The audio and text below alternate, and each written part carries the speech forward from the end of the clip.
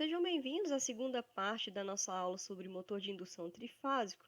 Nessa aula a gente vai falar sobre algumas características dessa máquina e a começar, né, pelas características dos campos magnéticos da máquina.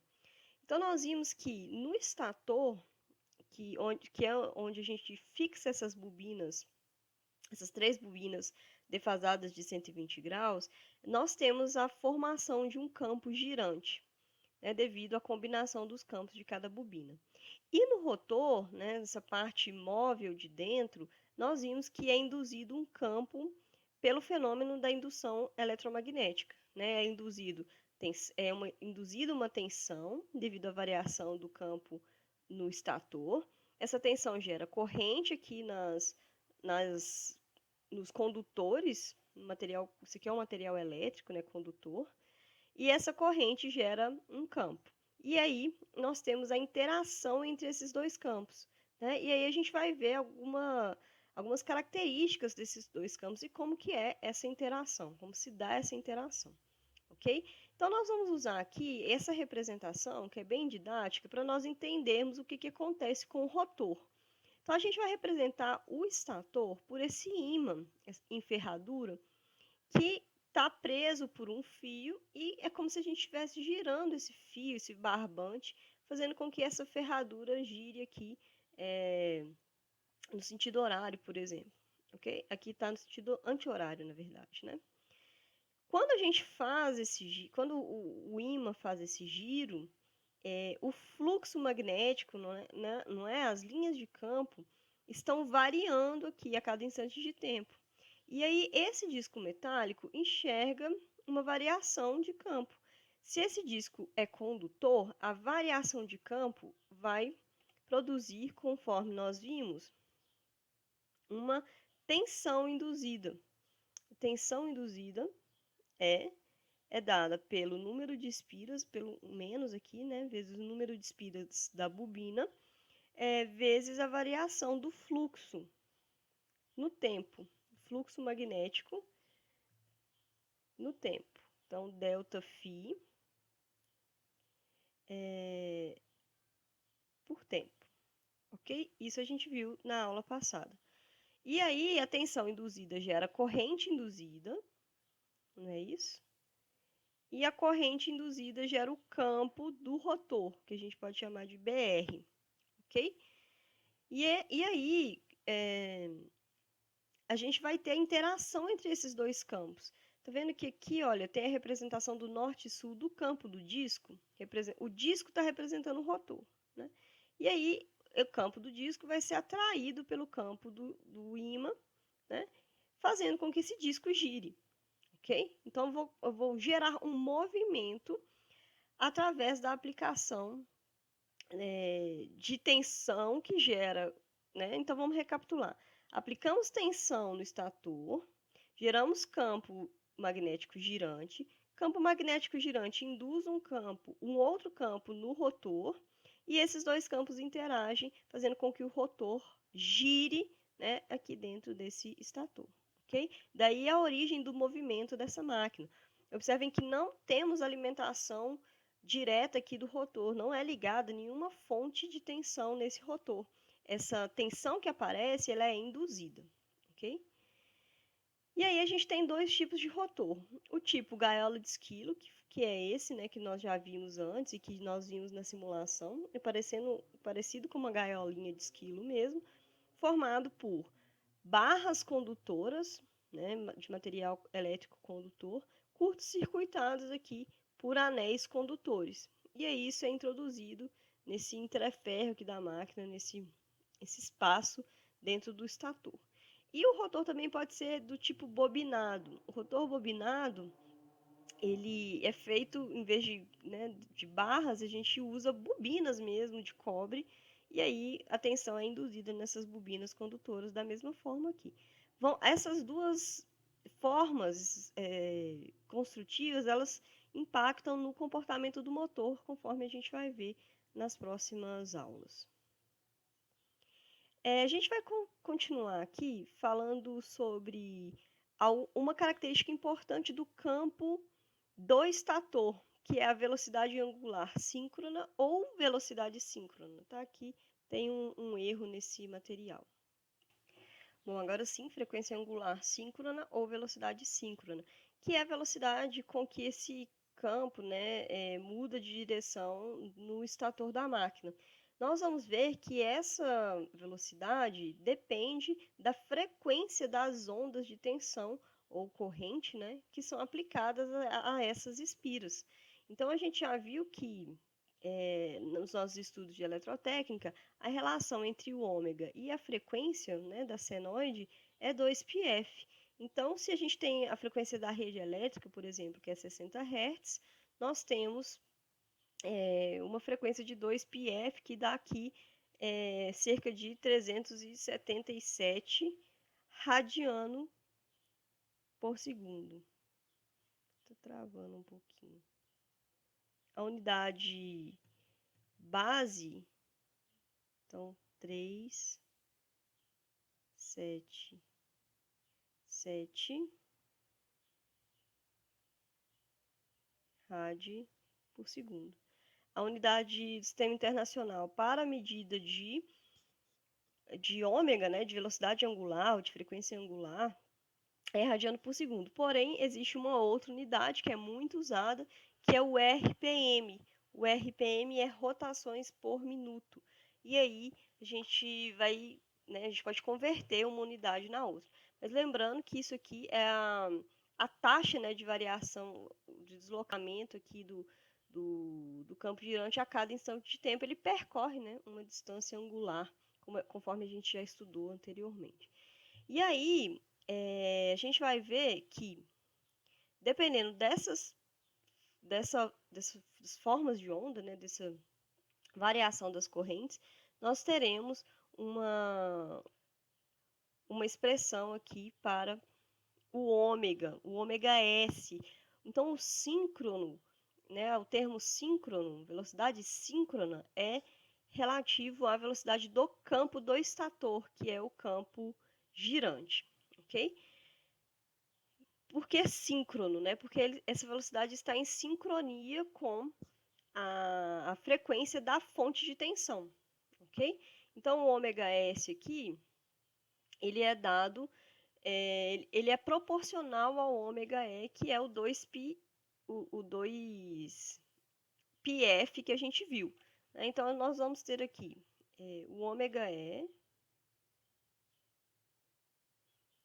que é a velocidade angular da forma de onda de tensão da alimentação do estator, e dependendo do número de polos da máquina, a gente vai ter um ômega S proporcional aqui, né? Bom, aqui tá travando muito, vou mostrar aqui. O ômega S proporcional ao ômega S, que é a frequência angular das formas de onda de tensão ou de corrente. Tá? E o que é esse número de polos? Bom, o número de polos, ele é o número de polos gerados aqui no estator. Se a gente faz essa combinação que nós já estudamos, né, com 3 bobinas deslocadas de 120, a gente vai ter a formação de 2 polos, né, como se fosse um ímã mesmo norte-sul. Mas se a gente aproveita esse espaço do estator e inserimos mais um conjunto de bobinas iguais a essa aqui, né, a esse conjunto, só que deslocados do eixo que nós tínhamos antes, a gente vai ter essa estrutura. E aí a gente vai ter, por exemplo, aqui a gente tinha A, bobina A é a menos, né? B, B menos, B traço, C e C traço. Aqui a gente vai ter, continuar tendo essas bobinas, mas vamos ter também B', B, C, C' e A'. Então, mais um grupo de 3 bobinas. Esse outro grupo vai formar outro ímã, outro campo girante. E aí, esses campos vão ser combinados dentro da máquina. Então, acontece um aproveitamento de espaço aqui e a gente vai ver que esse aumento do número de polos influi no desempenho da máquina, ok? E aí a gente vai ver que quanto maior o número de polos, menor a frequência com que a gente vai ter um campo, menor a frequência do campo resultante aqui entre todas essas bobinas. Então a gente vê que com o aumento do número de polos, a gente vai ver que tem um impacto na força do motor, né, no conjugado do motor, mas a gente tem uma diminuição da velocidade síncrona da máquina, que é a velocidade do campo girante do estator, né, o campo resultante aqui, ok? Esse ômega, então, depende do ômega E, que é a frequência que a gente já falou, da fonte de tensão, né, que dá origem a essas correntes. E aí, a gente pode representar tanto em termos de ômega quanto em termos de ns, que é a velocidade em RPM. Para converter RPM em radiano por segundo, basta lembrar que uma rotação é uma volta completa, ou seja, o vetor, né, percorrendo ali 2π radiano, que é um ângulo de 2π radiano, ou 360 graus, em 60 segundos, que é o equivalente a 1 minuto, ok? Pensando nisso, a gente consegue achar a relação aqui da velocidade, de uma velocidade x, qualquer em radiano por segundo, para uma velocidade em RPM, ok? Aí a gente vai saber que essa relação é dada por esse fator π/30. Se a gente tem uma velocidade x em radiano por segundo, basta multiplicar essa velocidade por π/30, que nós vamos ter a velocidade em RPM, ok? Então, essa expressão aqui é muito importante para a gente. Esse N é o mais usado, a frequência em RPM, e aí a gente já tem a relação entre a frequência, a velocidade angular, né, ou frequência angular, e a frequência em Hertz, né, da forma de onda de tensão. Então, se aqui é 60 Hz, para achar esse N aqui, eu vou simplesmente multiplicar 120 por 60 sobre o número de polos, ok? Então, isso aqui a gente é derivado, né, dessa relação aqui, ok? Esse P é exatamente o número de polos. Então, aqui ó, nós temos 2 polos ou 4 polos, sempre pares de polos, ok? Dependendo da nossa máquina. Então, essa expressão é muito importante para o nosso desempenho do motor. Bom, a próxima variável que a gente vai comentar é o que a gente chama de conjugado. O conjugado, ele é uma medida de uma força que está aplicada a um eixo. Então, eu coloquei aqui um exemplo de uma roldana, né? A gente tem aqui um peso sendo levantado por essa manivela que está presa a essa roldana. E aí, olha, intuitivamente a gente sabe que para levantar esse peso, que a gente tem aqui uma força de 20 newtons para baixo aqui, né, relativo ao peso desse vaso, se a gente sabe intuitivamente que quanto maior é essa distância, esse tamanho dessa manivela, menor é a força que a gente precisa fazer. E a gente sabe isso da vida prática mesmo, né? E aí, se a gente dobra, o que está falando, que eu coloquei aqui se a gente dobra o tamanho da manivela, a força F necessária para levantar o peso será diminuída pela metade. Então, essa força aplicada a um eixo, né, esse raio aqui, que a gente representou pela letra E, essa força relativa aplicada a um eixo, ela é chamada de conjugado. Então, o que nós teríamos aqui? Uma força de 20 newtons, aplicada aqui a uma distância de 0,10 metros, nos daria um conjugado de 2 Nm. Okay? Então, o conjugado é a força vezes raio, né, ou vezes essa distância, quando a gente está falando desse movimento circular, né, uma força gerando um movimento circular aqui, ok?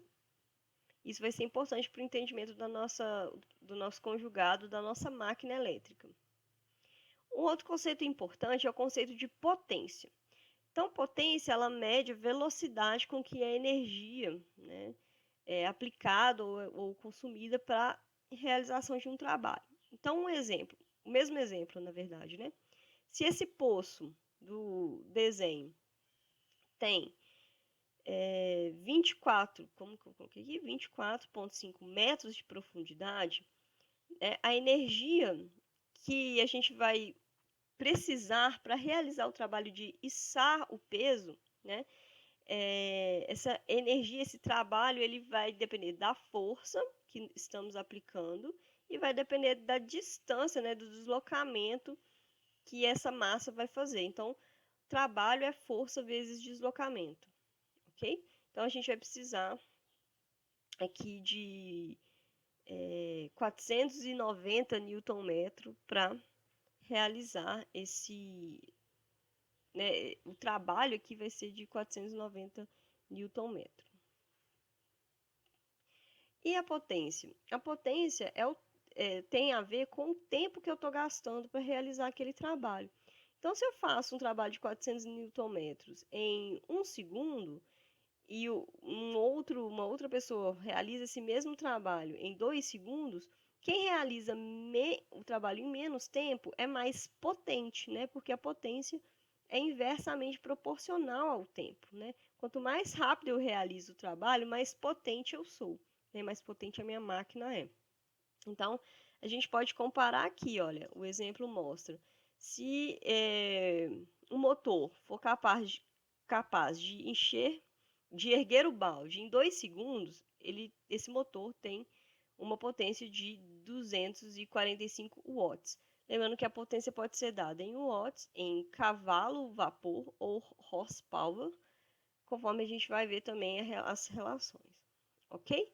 Então, o motor que gasta menos tempo para realizar o trabalho, que é o caso desse segundo exemplo, ele é mais potente. Olha só, se o segundo motor, o motor 2, gasta 1,3 segundos, ele tem uma potência maior, 377 watts, ok?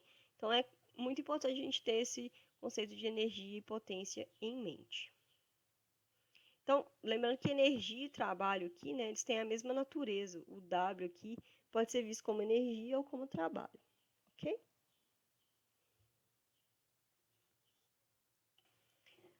Bom, a unidade que nós usamos no Brasil para medida de potência mecânica, né, usada nas máquinas elétricas, é o cavalo-vapor. E ele equivale a 0,736 kW, ou 736 watts, que é a unidade do sistema internacional. Ok? Então, para converter uma na outra, a gente vai usar essa relação.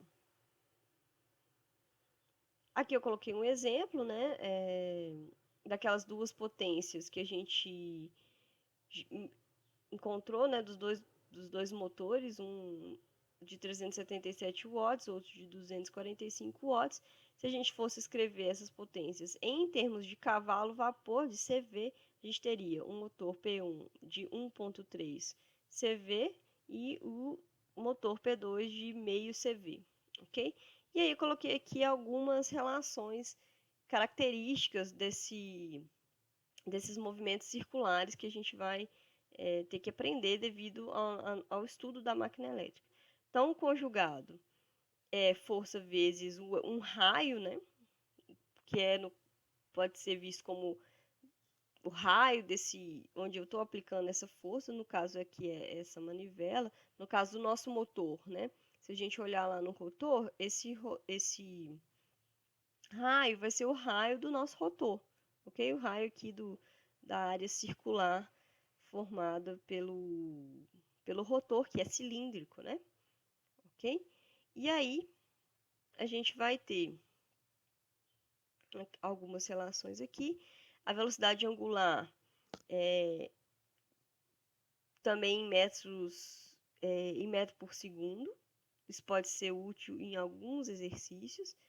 O diâmetro da peça, que, né, também vai influenciar nessa velocidade linear, digamos assim. Isso vai aparecer em alguns exemplos, alguns exercícios que a gente vai fazer. E a potência mecânica, que é dada, né, pela força vezes distância sobre tempo.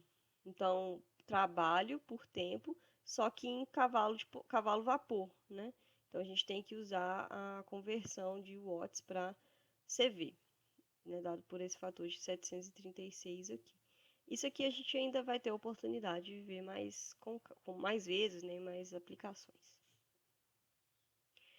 Bom, uma coisa importante também dos motores é o conceito de rendimento da máquina. Então, o que acontece? A máquina está convertendo energia elétrica em energia mecânica, né?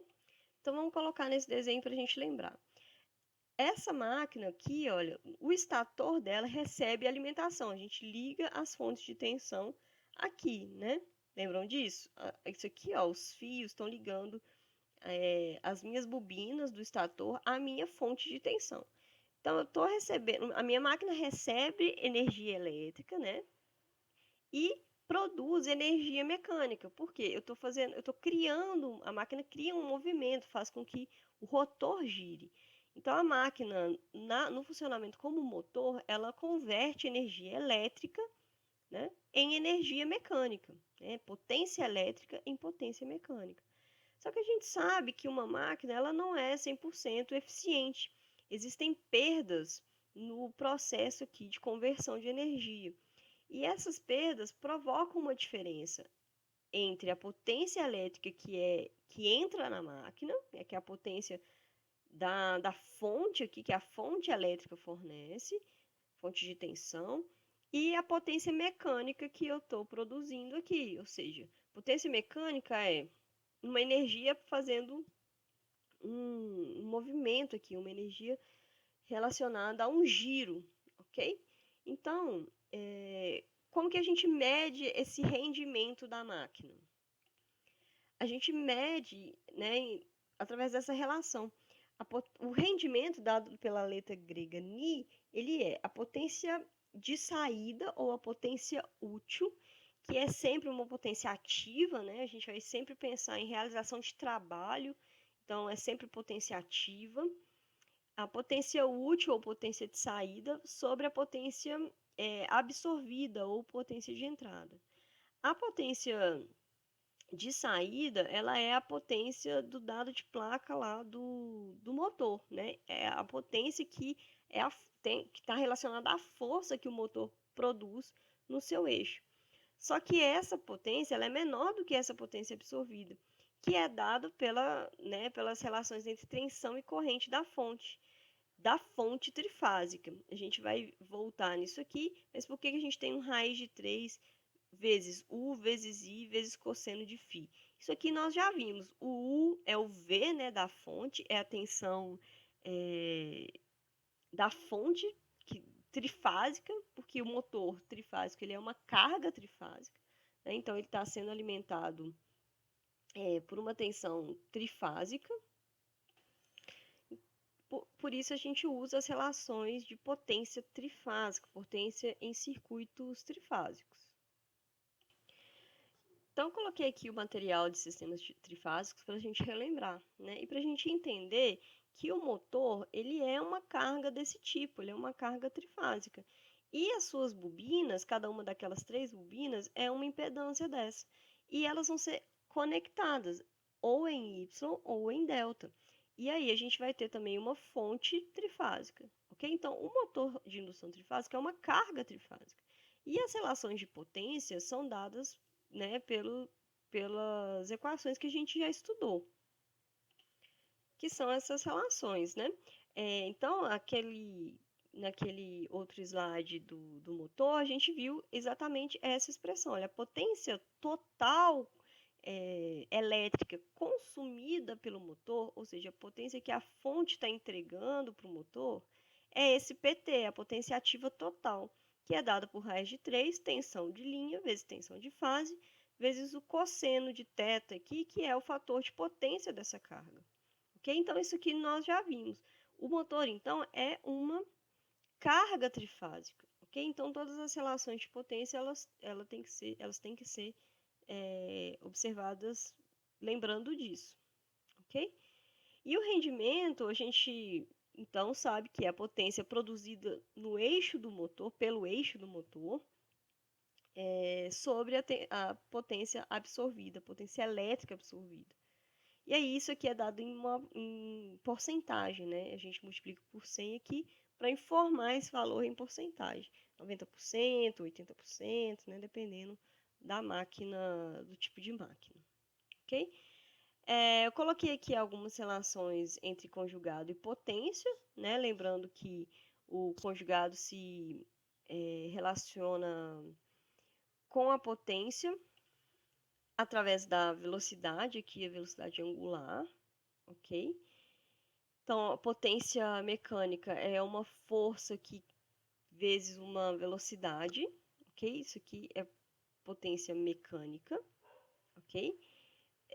O conjugado pode ser dado em newton-metro, isso aqui é o mais comum, newton-metro, e a velocidade síncrona em RPM, e aí a gente vai ter fatores diferentes para cada uma das unidades de entrada, ok? E a potência pode ser dada em quilowatts também. Bom, e aqui, se a gente estiver interessado em achar o conjugado a partir da informação de potência, ok? Bom, na próxima aula, a gente vai entender os dados de placa desse equipamento, que é o motor elétrico de indução trifásico. Então, nós vamos entender todos esses parâmetros que vêm escritos na placa mesmo, impresso no equipamento, ok? Então, muito obrigado e até a próxima.